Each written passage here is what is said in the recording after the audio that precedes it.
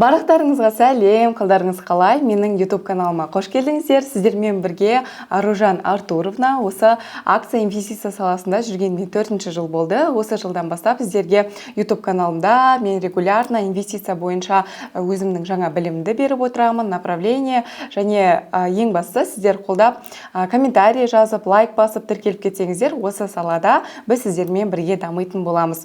Жалпы бүгін мен сіздерге өте күшті тақырып дайындап келдім. Осы инвестиция саласы бойынша. Оның ішінде біз бірнеше тақырыпты қамтитын боламыз. Біз неге қазірден бастап инвестиция жасауымыз керек? Инвестицияны қалай дұрыс бастауға болады? Қашан бастаған дұрыс? Маған қандай инвестиция сәйкес келеді? Қандай акцияны сатып алуымыз керек? Ақшамызды қай жерде ұстағанымыз дұрыс? Және біз одан қанша табыс табамыз? Бүгін біз сіздермен осындай сабақты өтетін боламыз. Жалпы қараңыздар, көп адамдардың көкейіндегі сұрағы, неге біз инвестиция жасауымыз керек, неге айта бересіз деген сияқты. Себебі жылдан жылға көп адамдар білмейтін бір нәрсе бар, ол инфляция. Инфляция дегеніміз не? Инфляция дегеніміз жылдан жылға ақшаның құнсыздануы. Яғни, қараңыздар, біз ақшамызды наличка немесе депозитта ұстаған кезде жылдан жылға біздің ақшамыз құнсызданады. Өздеріңізде естіп жататын боларсыздар, көбінесе мысалы айтып жатады ғой, бұрында 5-10 мың теңгеге кәдімгідей продукты келетін, немесе бұрында пирожкиді 50 теңгеге алатынбыз, 20 теңгеге алатынбыз, ал қазір соның барлығы 10 есе өсіп кетті, мысалы кемі 400-500 теңге деген сияқты. Тура солай әр нәрсені егер салыстырып қарайтын болсаңыздар, бағасы жылдан жылға қымбаттауда. Бірақ оның барлығы асықпай қарқынмен өсіп келе жатқандықтан бізге ол байқалмайды. Сол себепті адамдарға ол норма болып есептеле береді. Негізінде инфляция дәл осы нәрсе, қарапайым тілмен айтқан кезде инфляция ақшамыздың құнсыздануы және барлық товардың айналамыздағы қымбаттауы. Біз ақшамызды наличкамен ұстаған кезде, мысалы, осы жылы сіз 100 мың теңгеге біраз киім ала алатын болсаңыз, мысалы, 4 кофта, 2 аяқ киім деген сияқты, келесі жылы сіз 100 мың теңгеге 3 кофта, бір ғана аяқ киім ала аласыз. Тура солай жылдан жылға азая береді. Оның арғы жылы уже 3 кофта, арғы жылы тағы да одан азырақ деген сияқты сіздің алатын суммаңызға барлық нәрсе азая береді. Және оның үстіне Қазақстанда негізі инфляция 17% деп атағанымен, ол бізде фактически инфляция, негізінде бізде шын инфляция одан да жоғары болып келеді. Енді қараңыздар, мысалы 2019 жылы 1 литр сүт бар болғаны 100 теңге болатын. Ал қазір 2025 жылы 500 теңге. Ито 500 теңгенің өзін біз ең арзан, былайша айтқанда Алматы қаласынан емес, басқа орташа қалалардың бағаларын қосып орта баға шығардық. Бірақ негізі білесіздер, қазірдің өзінде литр сүт мысалы 500 теңге емес, 700-800 мың теңгеге дейін барады. Соның ортасында қараңыздар, егер де біз 2019 жылы сол ақшаға 100 литр сүт ала алатын болсақ, ал қазір 2025 жылы бар болғаны 20 литр ғана сүт ала аламыз. Ортада сіз 5 есе сүтті арзанырақ аласыз. Бұл жерде жалпы именно сүтке ғана емес, ақша жайлы айтып жатқандықтан кез келген нәрсеге киім, аяқ киім, күнделікті қолданыс, мысалы телефон,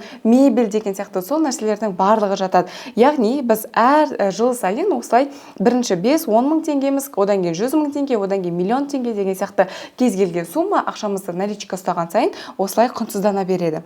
Ал неге біз инвестиция жасауымыз керек? Біріншіден қараңыздар, инфляция, ал екіншіден банк проценті. Көп адамдар ойлайды, егер де мен банкта ақшамды ұстайтын болсам, онда мен үстіне жақсы табыс көріп жатырмын деген сияқты.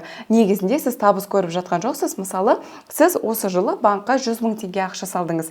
Бір жылдан кейін сіздің ақшаңыз 15%-ке көбейеді. Яғни 100 мың теңге емес, 115 мың теңге болады. Үстіндегі 15 мың теңгені сіз оны пайда деп ойлайсыз. Ал негізінде бір жылдан кейін сіз 100 мың теңгеге уже бағана айтқанымыздай, мысалы 20-30 литр сүт ала алсаңыз, ал бір жылдан кейін 100 мың теңгеге ондай ала алмайсыз. Сол себепті банктың үстіндегі процент, ол сізге үстіндегі таза табыс немесе қосымша табыс болмайды. Керісінше жай ғана ақшаңызды орында ұстап тұратын, немесе тіпті оның өзінде де инфляция 15%-тен жоғары болғандықтан, тіпті ол жақта да азаятындай. Былайша айтқанда банкта біріншіден ақшаңыз ешқандай табыс бермейді, екіншіден құнсыздануын ақшаңыздың жалғаса береді.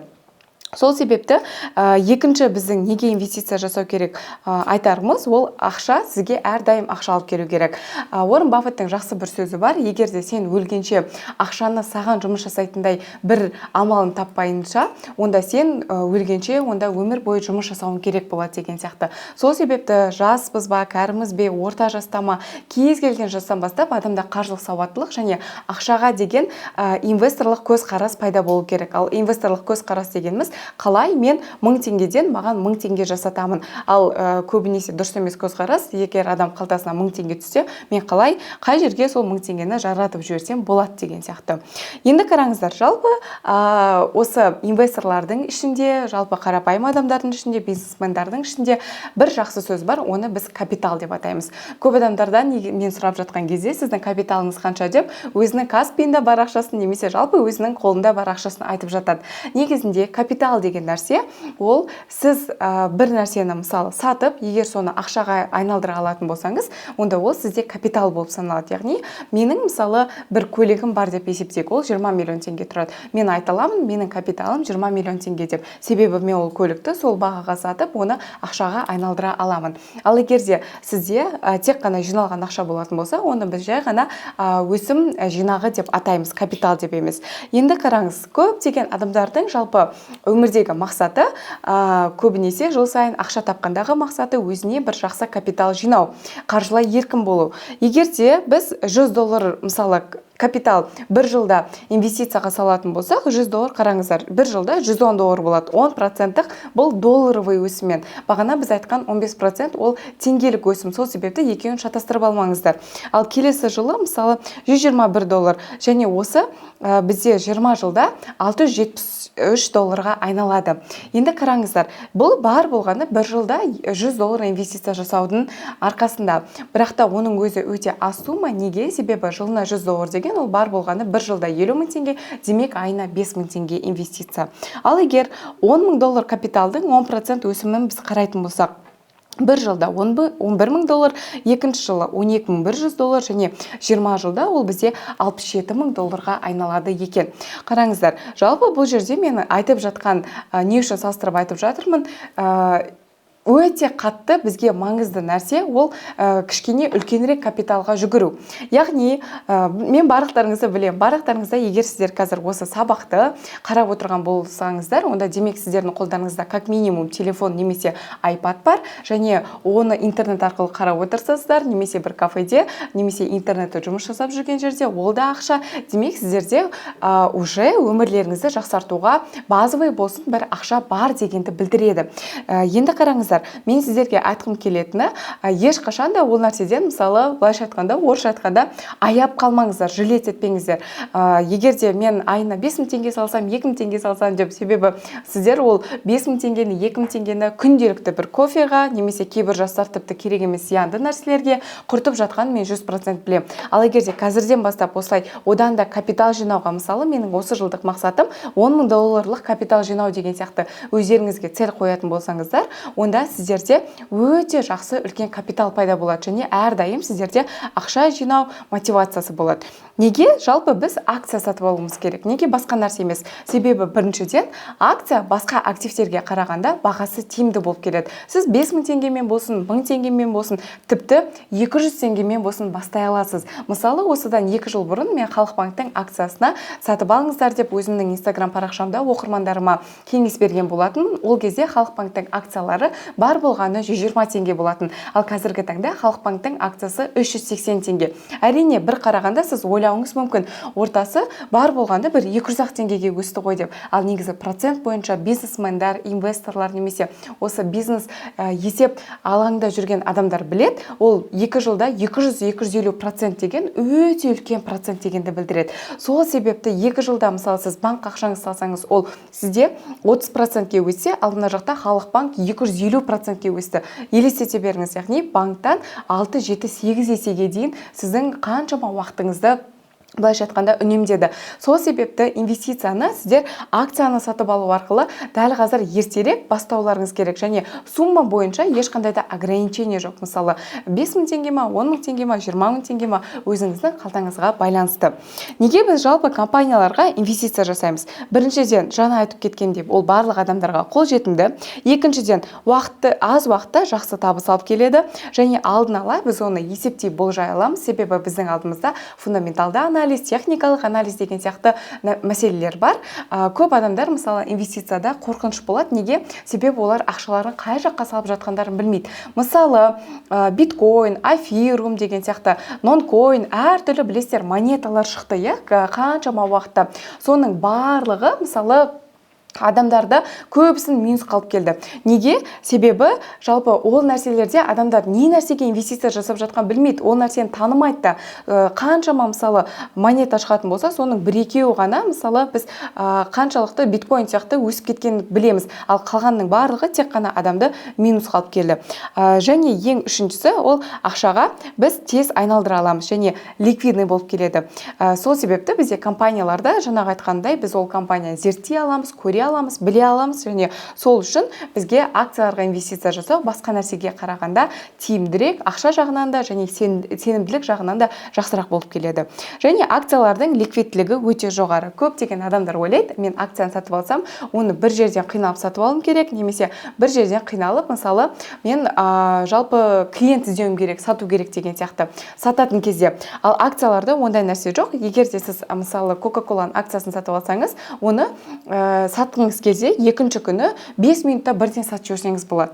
Егер де сіз 5 күннен кейін сатсаңыз, 5 күннен кейін сатып жүрсеңіз болады. Егер Coca-Cola'ның акциясын 5 жылға деп сатып алып, бірақ та 5 күннен кейін немесе 5 аптадан кейін сізге ақша керек болып қалса, кез келген момент сіз акцияңызды сатып жіберіп, ақшаңызды шығарып ала аласыз. Ал үйде мысалы ондай нәрсе емес, білесіздер, үйді біз сатуға шығаруымыз керек, одан кейін сатып алушыны күтуіміз керек, одан кейін арамызда договор, ол адаммен келісім деген сияқты өте көп уақыт, энергияны алады, ал акцияларда мүлдем ондай емес. Акциялардың барлығы құралған Америкада ең мықты индекс бар. Осы индексті естіген боларсыздар. Егер естісеңіздер, бұл индекстің аты S&P 500, бұның ішінде 500 әлемдегі ең мықты компаниялар жиналған. Қазіргі таңда бағасы $6,966 болып саналады. Егер де сіздер осы индексқа бар болғаны мысалы 1980 жылы $100 инвестиция жасайтын болсаңыздар, онда қазіргі таңда 2026 жылы сіздердің салған $100 инвестицияларыңыз $18,990 айналатын еді. Ортасын қараңыздар, мысалы $100-дан $18,900 жасау, яғни бар болғаны 300 теңгеден почти $20,000 ақша жасау деген сияқты. Бұл нақты индекс. Көп адамдарды қазір мен сіздерге түсіндіріп берем, неге осы индексқа жалпы ақша салу керектігін. Инвестицияны біз көбінесе қалай бастаймыз? Бірінші осылай базовый білім аламыз, одан кейін инвестициялық, яғни брокерлік счет ашамыз. Брокерлік счетты ашқаннан кейін ол жерде қорлардың жалпы әртүрлі түрлері болады. Мысалы, біріншісі ол бізде өзара қор, екіншісі ол индексті қор, үшіншісі ол бізде Exchange Traded Fund, яғни ETF-ка биржада сатылатын қорлар болып саналады. Осының ішіндегі ең күштісі, мен сіздерге кеңес беретін, ол ETF, яғни үшіншісі. Неге? Себебі ETF осы S&P 500-тың былайша айтқанда екінші альтернативасы. S&P 500-тың ішіне мықты компаниялар жиналса, ETF дегеніміз сондай мықты компаниялар жиналған белгілі бір актив. Сіз бір активті сатып алған кезде ETF-ті оның ішінде солының ішіне кіретін, мысалы, барлық нәрсені сатып аласыз. Елестетіңіз, бір витамин түрі бар. Комплекс витаминов. Оның ішінде витамин А, витамин Б, витамин С, витамин Д, соның барлығы бар. Тура солай, сіз бір ETF-каны сатып алған кезде ішінде Apple, Coca-Cola, Google, Microsoft деген сияқты барлық акциялар болады. Осы неге мен сіздерге барлық индекстардың ішінен S&P 500-қа кеңес берем? Себебі S&P 500-тың ішінде Nvidia, Apple, Microsoft, Amazon, Google деген сияқты ең мықты компаниялардың тізімі бар. Мысалы, акциялардың тикерлерін осылай сіздер қысқаша атау арқылы таба аласыздар. Және неге біздегі ETF-қа ақша салуымыз ол ең маңыздысы болып келеді. Мысалы қараңыздар, егер де біз 2000 жылы Intel компаниясына $80 инвестиция жасайтын болсақ, осы уақытқа дейін 20 жылда біздің ақшамыз көбейтпейтін еді. Бірақ ETF жалпы сол Intel компаниясы кіретін қор нарығы жыл сайын өсіп жатыр. Көріп тұрғандарыңыздай. Демек біз әрине кейбір акциялар мысалы осындай индексқа қарағанда көбірек процент береді, бірақ та сонда да бұндайға сіз ақшаңыз салсаңыз, бұл ең безопасный жолы. Себебі мен білем, новичоктардың инвестицияға келгендегі ең бірінші қорқатын нәрсесі ол жалпы ақшамды жоғалтып алам ба деген сияқты нәрсе. Инвестицияны енді қай кезде жасауымыз керек? Мен сіздерге айтайын, жалпы осындай бір жақсы сөз бар. Инвестициямен айналысу үшін ең күшті күн ол кеше болған, ал екінші күшті күн ол бүгін дегенді білдіреді. Сол себепті неғұрлым инвестицияны ертерек бастасаңыздар, соғұрлым ол жақсы дегенді білдіреді. Әр адам өзінің характеріне байланысты агрессивті, орташа немесе консервативті жалпы портфельді таңдай алады. Яғни осы жақта міндетті түрде сіз белгілі бір акцияларды өзіңіздің характеріңізға және өзіңіздің сұранысыңызға байланысты акцияларды сатып аласыз. Енді қараңыздар, инвестиция жасаған кезде қалай ақшамызды, долларымызды салуымыз керек? Бірден бе, әлде бөлек-бөлек пе? Мен осы кезде жаңадан бастап жатқан новичоктарға бірден салуға кеңес бермейтін едім. Неге? Себебі егерде сіз бөлек-бөлек салатын болсаңыз, мысалы сіз 10 акция сатып алуға пландап жатырсыз, 5-еуін қазір, 2-еуін кейін, қалған 3-еуін тағы да 1-2 айдан кейін деген сияқты өзіңізге уақыт беріңіз. Мен осылай инвестиция жасап ақша табу үшін қанша табыс табуым керек деген сияқты сұрақ. Көптеген жастардың немесе орта жастағы адамдардың айтатыны, енді қараңыздар, сіздерде бұл жерде инвестиция жасап миллионер атану үшін міндетті түрде қазіргі жұмысыңызды тастап, басқа жұмысқа кірісіп және бизнесмен болып кетуіңіздің қажеті жоқ. Себебі инвестиция көбінесе бізден көп ақшаны емес, тұрақтылықты сұрайды. Яғни сіз ай сайын $50 салып тұрсаңыз да, $20 салып тұрсаңыз да, ең бастысы тұрақты салсаңыз жеткілікті. Ол үшін ешқандай да бір айына миллион табатын, 2 миллион, 10 миллион табатын жұмыс іздеп немесе соның кесірінен менде ондай доход жоқ, мен бастай алмаймын деген сияқты бастамай кетуге болмайды. Енді қорытындылай келе, жалпы инвестицияны бастау қадамдары бізден неден тұрады? Біріншісі ол неліктен сіз инвестиция жасайсыз? Өзіңіздің нақты мақсатыңызды анықтаңыз. Екіншіден брокерлік счет ашыңыз. Үшіншіден кең ауқымды, бағанағы мен сіздерге айтып кеттім, ETF-ка жақсы ма, әлде акция ма? Сол кең ауқымды жалпы ETF-ті сатып алыңыз және төртіншісі үздіксіз үйренуді жалғастырыңыз. Себебі неғұрлым сіздің осы қор нарығында, акцияларда, инвестицияда біліміңіз көбірек болған сайын, сіздің демек жалпы болашақта табатын табысыңыз да көбірек болады. Және менің де осы аккаунтыма подписация етіп, міндетті түрде колокольчикті басып қойыңыздар, және әрдайым мен инвестиция бойынша жаңа тегін сабақ шығарған сайын сіздер соны көре аласыздар және білімдеріңізді арттыра аласыздар. Бүгінгі сабақ сіздерге ұнады деген ойдамын, және келесі сабақтарда қандай тақырыптар қозғайық, сол бойынша комментарийға ойларыңызды жаза кетсеңіздер, және осы инвестицияны ары қарай қалай счет ашамын, қалай мен неден бастаймын, қандай акцияны сатып аламын, нақты оның тикері аты қандай десеңіздер, төменде мен сіздерге өзімнің 2 сағаттық толықтай тегін сабағымды қалдырдым. Сол тегін сабаққа кіріп, полностью осы бүгін біз өткен нәрсені уже нақтылай, үлкенірек ауқымды жалпы түрде үйрене аласыздар. Ол үшін төмендегі сілтемемен сол тегін сабаққа тіркелсеңіздер жеткілікті. Келесі сабақта кездескенше.